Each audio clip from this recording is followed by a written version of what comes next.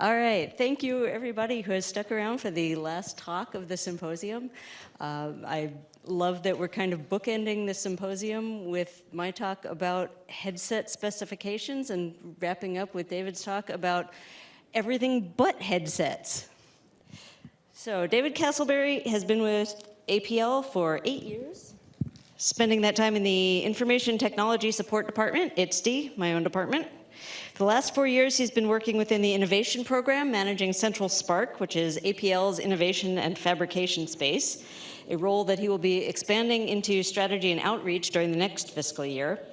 He also has roles in project management for the Emerging Technologies and Digital Workplaces programs, evaluating and fast-failing new technologies released on the market as they relate to APL implementations. David holds 2 master's degrees in Management of Information Systems and is currently enrolled in Purdue's Doctorate of Technology program with a focus on leadership.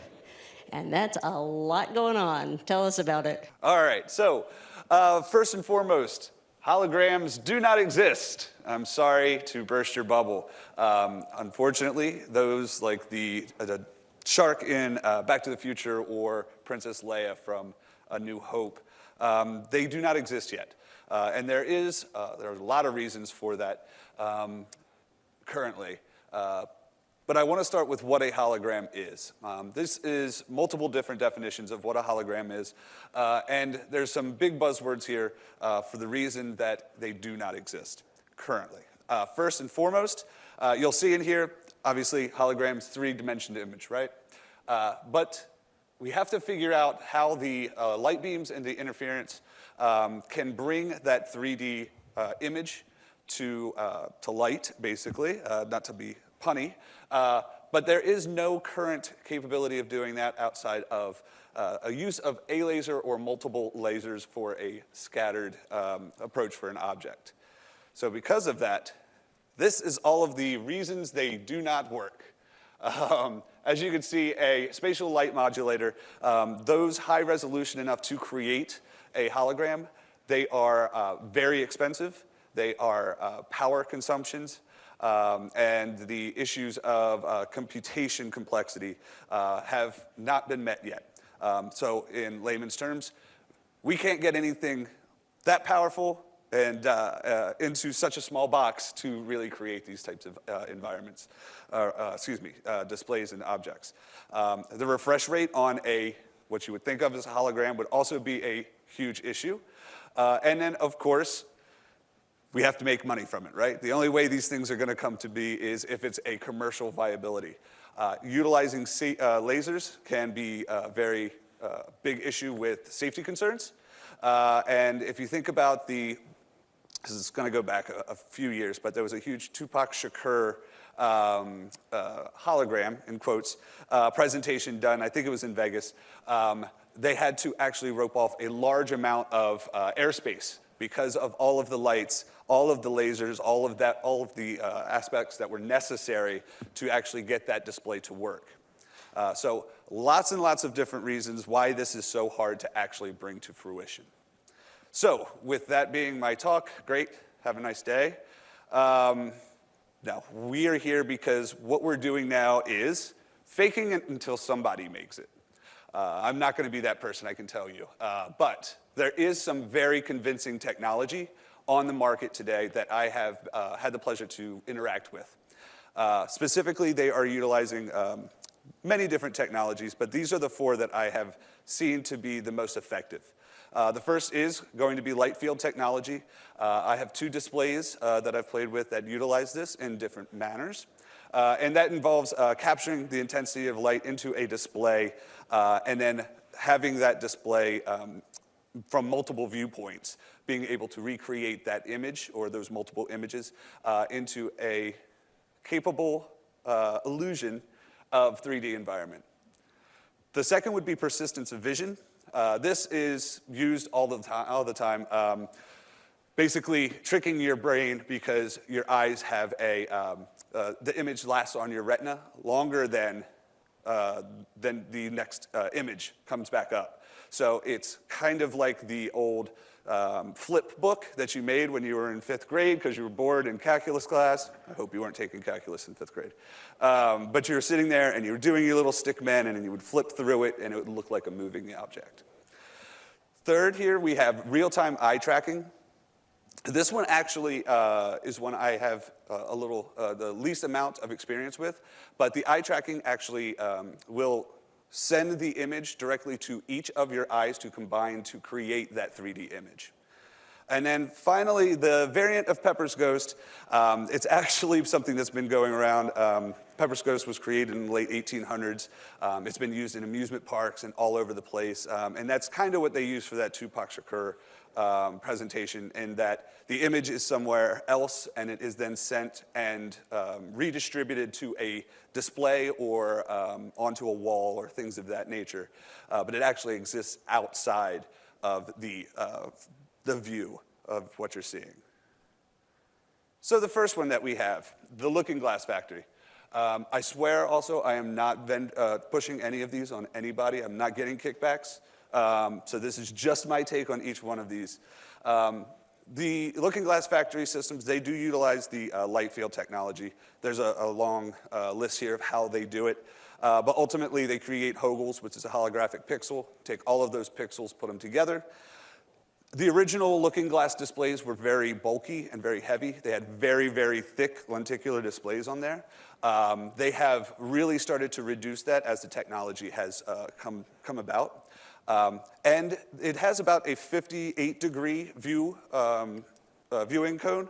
So it really did take the 3D modeling image outside of a headset and put it into a display that multiple people could actually take a look at the object. If you utilize any kind of input sensors or devices, you can increase the size of it, really focus in on certain points of the object.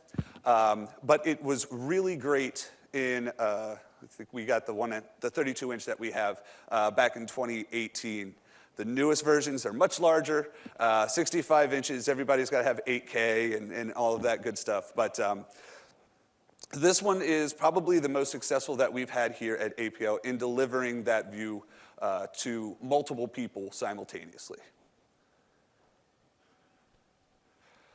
The next one here is also utilizing the light field technology. However, they are actually utilizing a customized display overlay on an Android tablet. It's a very interesting approach, and in my opinion, I think it's probably one of the most effective illusions and resolutions. The biggest drawback with this one is that it's 10 inches. I mean, it's just a tablet as an Android tablet as you could buy off the shelf with their customized overlays.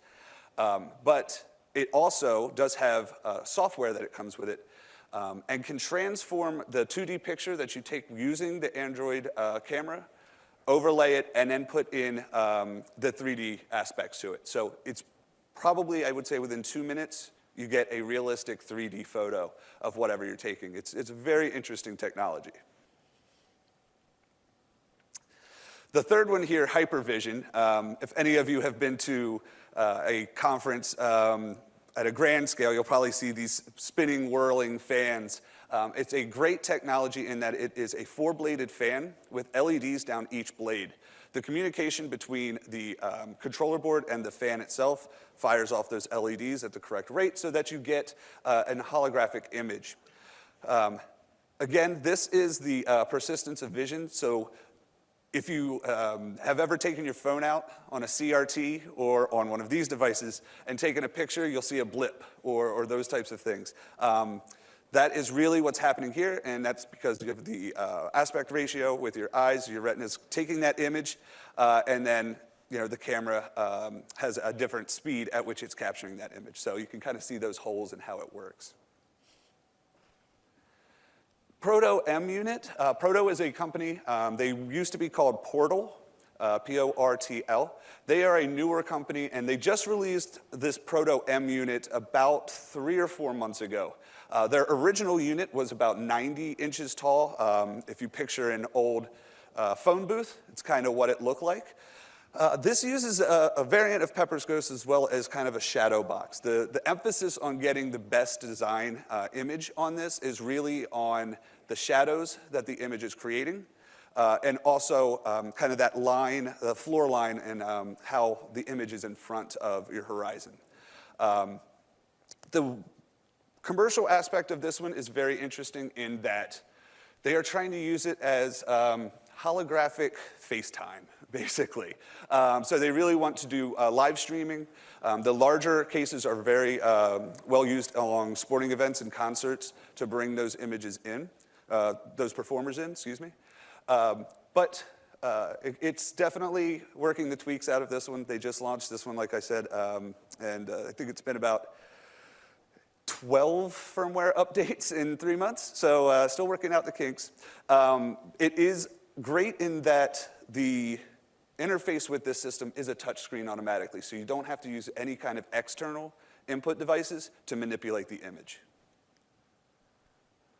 And finally, this one is the real-time eye tracking. This is the Sony spatial reality display.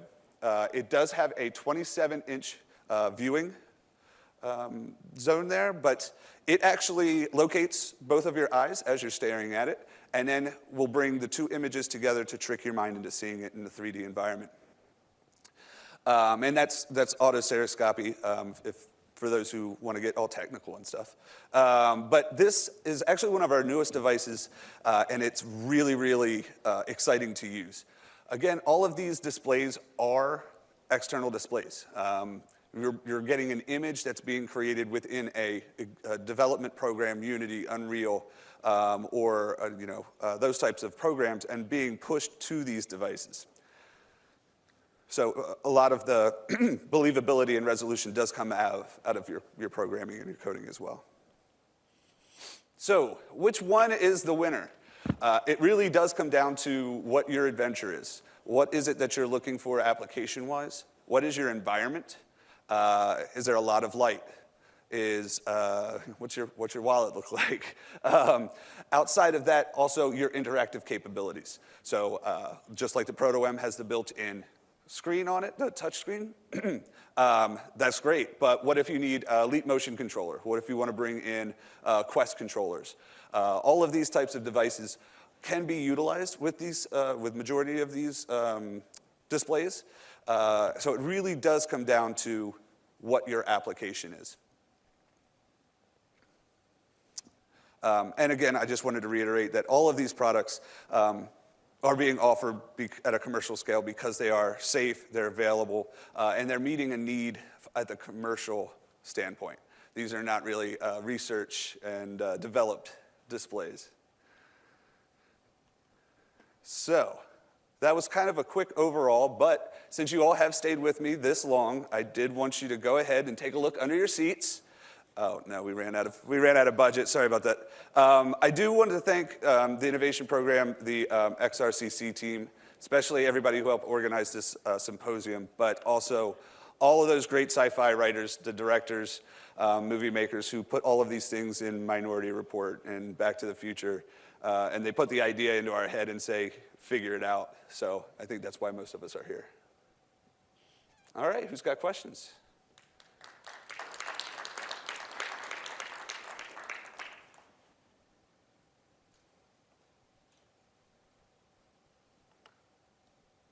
Everybody just wants to get to the demo. Yes? I'm just curious, the one with the dinosaur, Yes. so it's tracking your eyes. How are you seeing the two images? So it is, oh, right, sorry. On the Sony spatial display, the question was, based on the design, how is it actually tracking your eyes? Was that the question? Yeah, how's it showing? The display itself is at a 45-degree angle. So it has two cameras that are tracking where you're standing in front of the display itself. And they do go ahead and grab each one of the eyes. And from there, it actually is displaying it through, how can I say this? The display itself is then reproducing the image twice. Knowing where your eyes are, it's kind of like a centering point almost. So it has both images and kind of puts them in just the right spot so that your eyes are tricked into seeing them as one. Yes, measures the distance from the device. The LumaPad actually has a little bit of that as well. It will switch back and forth between 2D and 3D because the 3D uses more power. So it will switch when it knows nobody is looking at it to 2D to kind of conserve power.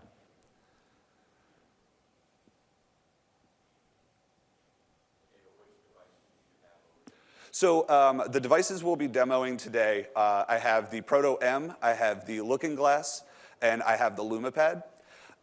The Hypervision, you can actually see it, but it is being utilized by our red department.